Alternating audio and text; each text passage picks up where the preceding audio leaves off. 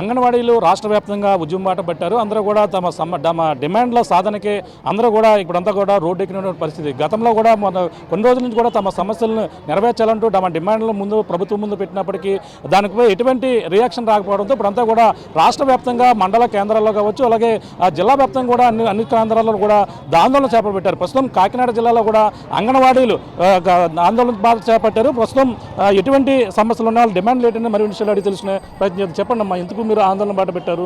గతంలో మీ సమస్యలు ముందు ప్రభుత్వం ముందు కూడా చెప్పడం జరిగింది, ఏ విధంగా రియాక్షన్ లేదా? మేము ఈ 4.5 సంవత్సరాల్లో కూడా దపాలుగా ప్రభుత్వానికి మా యొక్క సమస్యలు విన్నవించుకోవడం జరిగింది. జగన్మోహన్ రెడ్డి గారు అధికారంలోకి వచ్చే ముందు అన్నారు, తెలంగాణ గవర్నమెంట్లో ఏ శాలరీ అయితే ఇస్తున్నారో ఆ వేతనం కన్నా 1000 అదనంగా మీకు ఇస్తాను, మిమ్మల్ని నా తోబుట్టువులు ఇది అదని చెప్పేసి ఇదయ్యారు. కానీ ఇప్పుడు ప్రభుత్వంలోకి వచ్చాక ఇప్పుడు అక్కడ గతంలో అయితే 13,600 ఒకసారి పెరిగింది, ఇప్పుడు ప్రజెంట్ 18,000 అయింది. ఆ లెక్కను చూసినా మాకు ఇక్కడ ఏపీలో 19,000 శాలరీ ఇవ్వాలి. కానీ అసలు కనీసం చాలాసార్లు మా సమస్యలు తీసుకెళ్ళి అడిగాం. ఎన్నిసార్లు అడగడానికి వెళుతున్నప్పుడే మమ్మల్ని గృహాల్లో నిర్బంధించి స్టేషన్లో అరెస్టులు చేసి చాలా బీభత్సం చేశారు.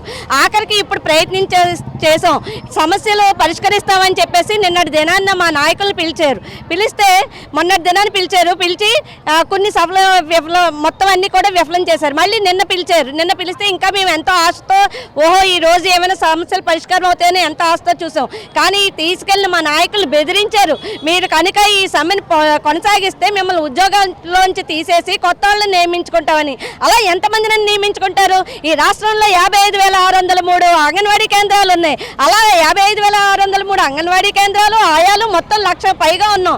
మేము ఒక్కొక్కలమే అనుకుంటున్నారేమో, కానీ మా వెనకాల ఒక్కొక్క కుటుంబంలో చూసుకున్న 10 మంది 10 లక్షలు దాటి మా యొక్క ఓటింగ్ బ్యాంకింగ్ ఉంటుంది. అది గవర్నమెంట్కి తెలుస్తుందో లేదో తెలియట్లేదు. కనీసం మా యొక్క ఆయన ఇచ్చిన హామీని నిలబెట్టుకోండి. సుప్రీంకోర్టు తీర్పు ప్రకారం గ్రాడ్యుటీ అమలు చేయమని తీర్పు ఇచ్చింది. ఆ తీర్పును నెరవేర్చండి. మినీ సెంటర్లు మెయిన్ సెంటర్లుగా చేయండి. మాకు రిటైర్మెంట్ బెనిఫిట్స్ అండి. ఇలాంటి సానుకూలమైన సమస్యలు సామరస్యంగా పరిష్కరించకుండా మమ్మల్ని బెదిరిస్తున్నారు. ఈ బెదిరింపులు అయితే మేము ఎట్టే పరిస్థితుల్లో కూడా తగ్గేది లేదు. మేము ఎంతసేపు అయినా ఎంతకాలం అయినా సమ్మెలో కొనసాగిస్తాము మా సమస్యలు పరిష్కరించేంత వరకు అని తెలియజేస్తున్నాం. చెప్పండి అమ్మా, ప్రధానమైన డిమాండ్లు గతంలో ఎటువంటి ఆందోళన చేపట్టారు? ఇప్పుడు మొత్తం అంతా కూడా డిమాండ్లు పరిష్కారం కాకపోతే మీరు ఏ విధంగా ముందుకెళ్తున్నారు? ప్రధానమైన డిమాండ్ అయితే సుప్రీంకోర్టు తీర్పు ప్రకారం గ్రాడ్యుటీ అమలు చేయాలండి. కనీస వేతనం 26,000 మేము అడుగుతున్నాం. ఆయన పాదయాత్ర చేసిన టైంలో తెలంగాణ కన్నా అదనంగా వేతనం ఇస్తామని 1000 అధికంగా వేతనం ఇస్తామని చెప్పారు. మాట తప్పి మడం తెప్పారు. ఆయన ఇప్పుడు చర్చలకు పిలిచి మమ్మల్ని అవమానిస్తున్నారు. ఏదో ఉద్యోగాలు తీయించేస్తామని ఏవేవో బెదిరింపులు, ఆ బెదిరింపులకు ఎట్టి పరిస్థితుల్లో మేము లొంగం. మా డిమాండ్స్ అన్నీ నెరవేరే వరకు సమ్మె ఇలాగే కొనసాగిస్తామని కాకినాడ తరఫున చెప్తారు. గతంలో ఎటువంటి బెనిఫిట్స్ ఉండేవి, మీకు ఇప్పుడు ఎటువంటి బెనిఫిట్స్ కోరుతున్నారు మీరు? గతంలో మాకు బెనిఫిట్స్ అంటూ ఏమీ లేవండి. అందరికీ వచ్చినట్టు సంక్షేమ పథకాలు మాకు ఇవ్వలేదు. మా సంక్షేమ పథకాలు ఇచ్చేసరికి గవర్నమెంట్ ఎంప్లాయీ అని ఆధార్ కార్డు చూపిస్తుందంట. గవర్నమెంట్ ఎంప్లాయీ శాలరీ 11,500 కాదు కదండి. సంక్షేమ పథకాలకి మేము గవర్నమెంట్ ఎంప్లాయీ ఇచ్చేటప్పటికి మామూలు స్కీమ్ వర్కర్ కింద ఆయన పెట్టుకున్నారు మనసులో. మా గురించి అయితే ఆయన మైండ్ ఏమీ ఆలోచన లేదు. ఆయన ఎప్పుడు ఆయన సచివాలయం ఎంప్లాయీస్, వాలంటీర్లు వాళ్ళ కోసం ఆలోచించుకుంటున్నారు. కానీ అంగన్వాడీ కార్యకర్త హెల్పర్ల కోసం ఎటువంటి ఆలోచన ఆయన చేయట్లేదు. ఆయన ఓటు వేసి గెలిపించిన దాంట్లో అధికంగా ఉన్న వాళ్ళు మేమే. అది ఆయన మర్చిపోయి మమ్మల్ని పక్కన పెడుతున్నారు. ఈ ఆందోళన మా డిమాండ్స్ తీరే వరకు ఈ ఆందోళన మాత్రం ఇలా కొనసాగుతున్నాం. చూస్తున్నాం ప్రస్తుతం అయితే ఈ యొక్క మా అంగన్వాడీలకి అయితే సంఘీభావం తెలిపించుకు, అలాగే ఆ టీడీపీకి సంబంధించినటువంటి మహిళా అధ్యక్షురాలు ప్రస్తుతం శంకర్ పావగా ఉన్నారు. అడిగాం మేడం, చెప్పండి, ఇలా చేస్తున్నటువంటి ఆందోళనకి ఏ విధంగా సంఘీభావం తెలియజేస్తున్నారు? ఈరోజు రాష్ట్రంలో చూసుకున్నట్టయితే ప్రతి ఉద్యోగులు కూడా ప్రతి ఒక్కరు కూడా రోడ్డు మీదకి వచ్చేసిన పరిస్థితి మనం చూస్తూ ఉన్నాము. ఎందుకంటే 1వ తారీఖు ఇవ్వాల్సిన వేతనాలు నెల, 2 నెలలు, 3 నెలలు అయినా సరే ప్రభుత్వం చెల్లించలేని పరిస్థితిలో ఉంది. ఒక అసమర్థుడు రాజ్యం వెళ్తే ఇలాగే ఉంటుందని చెప్పి నిదర్శనంగా మనకు కనిపిస్తూ ఉంది. ఈరోజు ఆంధ్రప్రదేశ్లోని ప్రజలందరూ కూడా అర్థం చేసుకోవాలి. ఇటువంటి నాయకుడిని ఎన్నుకున్నందుకు ఆల్రెడీ మహిళలందరూ కూడా చాలా తీవ్ర వ్యతిరేకత ఉన్నారు. ఈరోజు అంగన్వాడీ కార్యకర్తలు కానీ టీచర్స్ కానీ వీళ్ళందరూ ఉన్నారంటే కేవలం మహిళలు. వాళ్ళకు వచ్చే జీతం అరకొర జీతం. ఆ జీతంతో పక్కన పెరిగిపోయిన నిత్యావసర వస్తువులు కానీ, గ్యాస్, పెట్రోల్, డీజిల్ ధరలు కానీ, అదేవిధంగా కరెంటు ఛార్జీలు కూడా పెరిగిపోతే వాళ్ళకి అదే ప్రత్యేకంగా పెనుభారంగా మారుతా ఉంది. ఉంది. అదేవిధంగా చూసుకున్నట్టయితే ఈరోజు అంగన్వాడీ సెంటర్లు ఏవైతే ఉన్నాయో వాటికి కనీసం రెంట్లు కూడా చెల్లించలేని పరిస్థితిలో ఉంది. అవి కూడా వీళ్ళు భుజాన్ని వేసుకోవాలి అంటే వీళ్ళకి చాలా కష్టసాధ్యమైన పని.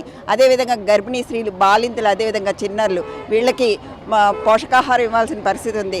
అది కూడా వీళ్ళు ముందుగానే చెల్లించి బిల్లులు పెట్టుకుంటే ఆ బిల్లులు కూడా ఇవ్వలేని పరిస్థితి ఈరోజు రాష్ట్రంలో కనిపిస్తూ ఉంది. అదేవిధంగా ఈరోజు వీళ్ళు ఏదైతే న్యాయపరమైన కోరికలు కోరుతున్నారో అవన్నీ కూడా తీర్చవలసిన బాధ్యత.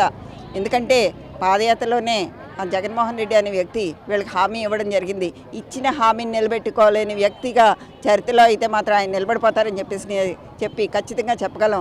ఎందుకంటే అనేక హామీలు ఇచ్చి మాట తప్పడం, మడమ తిప్పడం అన్నది ఈ జగన్మోహన్ రెడ్డి గారికి అలవాటు అయిపోయిందని చెప్పేసి కూడా ఈ సందర్భంగా తెలియజేసుకుంటాం. ఇంకెంతో కాలం లేదు, ఇంకో 3 నెలల్లో జనసేన తెలుగుదేశం పార్టీ సంకీర్ణ ప్రభుత్వం ఏర్పడబోతుంది.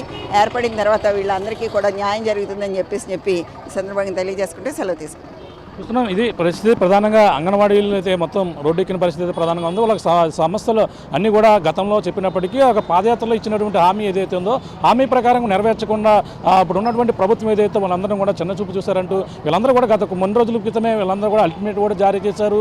ఆందోళన కూడా చేపట్టి ముందుగానే హెచ్చరికలు జారీ చేశారు. నిరంతర సమ్మె చేసేందుకు మేమంతా కూడా చేస్తామంటూ ఇచ్చినటువంటి ప్రకారంగానే ఈ రోజు నుంచి అయితే నిన్న 2వ రోజు అయితే ఈ రోజు వాళ్ళు చేస్తున్నటువంటి ఆందోళన అయితే 2వ రోజు కొనసాగుతుంది. మొత్తం వాళ్ళ సమస్యలు ఏవైతే హామీలన్నీ కూడా నెరవేర్చాలి. 26,000 వరకు కూడా తమ జీతాన్ని పెంచాలంటున్నారు. అలాగే వాళ్ళకి ప్రత్యేకంగా కుటుంబానికి సంబంధించినటువంటి సరైన బీమా సౌకర్యాలు కూడా ప్రతిదీ కూడా కల్పించాలంటూ వాళ్ళందరూ కూడా ఆందోళన చేసినటువంటి పరిస్థితి ప్రధానంగా కనబడుతుంది. ఇది ఇక్కడ ఉన్న తాజా పరిస్థితి. కెమెరామెన్ రాముతో ప్రకాష్, RTV కాకినాడ నుంచి. మరిన్ని వీడియోస్ కోసం ఛానల్ ని సబ్స్క్రైబ్ చేయండి. లేటెస్ట్ అప్డేట్స్ కోసం వాట్సాప్ ఛానల్ ని ఫాలో చేయండి. అండ్ లింక్ డిస్క్రిప్షన్ లో ఉంది.